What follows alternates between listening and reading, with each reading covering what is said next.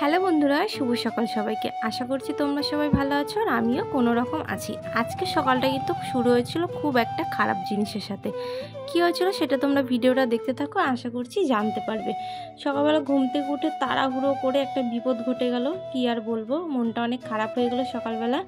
কি করব, তারপর ঘরে আসলাম, ঘরে এসে বিছানাটা গুছিয়ে নিলাম। যেহেতু বাসি কাজগুলো সব পড়ে আছে সেগুলো তো সেরে নিতে হবে, কারণ বেলা হয়ে যাচ্ছে, বেশি বেলা হয়ে গেলে ভালো লাগে না।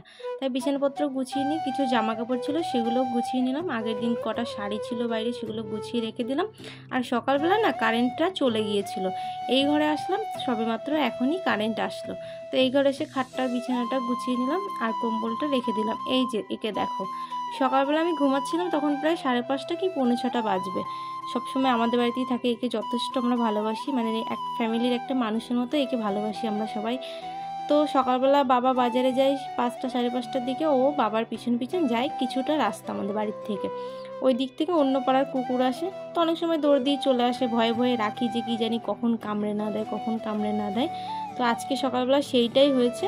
জানি না কোথা থেকে কোন পাড়ার কুকুর এসছে জানি না, ও বাইরের দিকে গিয়েছিল আর ওকে এমনভাবে কামড় দিয়েছে যে পা বেয়ে শুধু রক্ত পড়তে আছে, মানে 3-4 জায়গারও বেশি হবে কামড়ে দিয়েছে।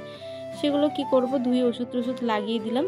আর মাছ ছিল, মাছগুলো কেটে ধুয়ে নিয়েছিলাম। আমি করে নিয়েছিলাম কিন্তু স্নান, কারণ বেলা হয়ে যাচ্ছে, ভালো লাগে না দেরিতে স্নান করতে। আর মা কিন্তু রান্না বসিয়েছিল, স্নান টান করে চলে এসেছিলাম মায়ের কাছে একটু হাতে হাতে কাজ করতে, কারণ মা একা রান্না করতে পারবে না, এই গরমে অনেক কষ্ট হবে। তাই আমি সবজিগুলো একটু কেটে দিচ্ছিলাম।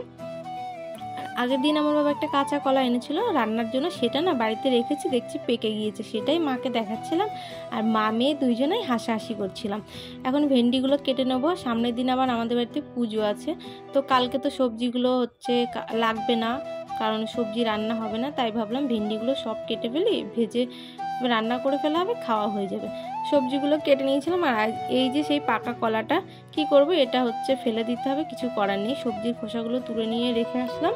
আর এখন এসেছিলাম আমি বাইরের দিকে, যে ও আবার কোথায় গেল সেইটা দেখার জন্য। আর পাকা রাস্তাটার অবস্থা তো একদমই বাজে অবস্থা, ট্র্যাক্টর গিয়েছে তো কাদামাটি পড়েছে অনেক। রান্না হয়ে গিয়েছিল, তো আমি খেতে বসে গিয়েছিলাম, মা আমাকে খাবার দিয়ে দিয়েছিল। এরপর মা মেয়ে দুজনাই বেরিয়ে পড়েছিলাম। আমাদের গ্রামে পোস্ট অফিস আছে, সেইখানে যাব, সেখানে আমার একটু দরকার ছিল। তো কিসের জন্য গিয়েছি না গিয়েছি সেটা তোমরা ভিডিওটা দেখতে থাকো, অবশ্যই জানতে পারবে। খুব একটা ভালো দিন, তাই অন্তত আজকে পোস্ট অফিসে যাচ্ছি। আমি এর আগে গ্রামে পোস্ট অফিস কিন্তু তবুও কোনোদিন যাওয়া হয়নি, তাই বেরিয়ে পড়েছিলাম, চলে এসেছিলাম গ্রামের ভিতরে। আর সন্ধ্যেবেলা বাড়ি এসেছিলাম, শুরু হয়ে গেছিলো টিপ টিপ করে বৃষ্টি, বেশ দারুণ লাগছিল কিন্তু।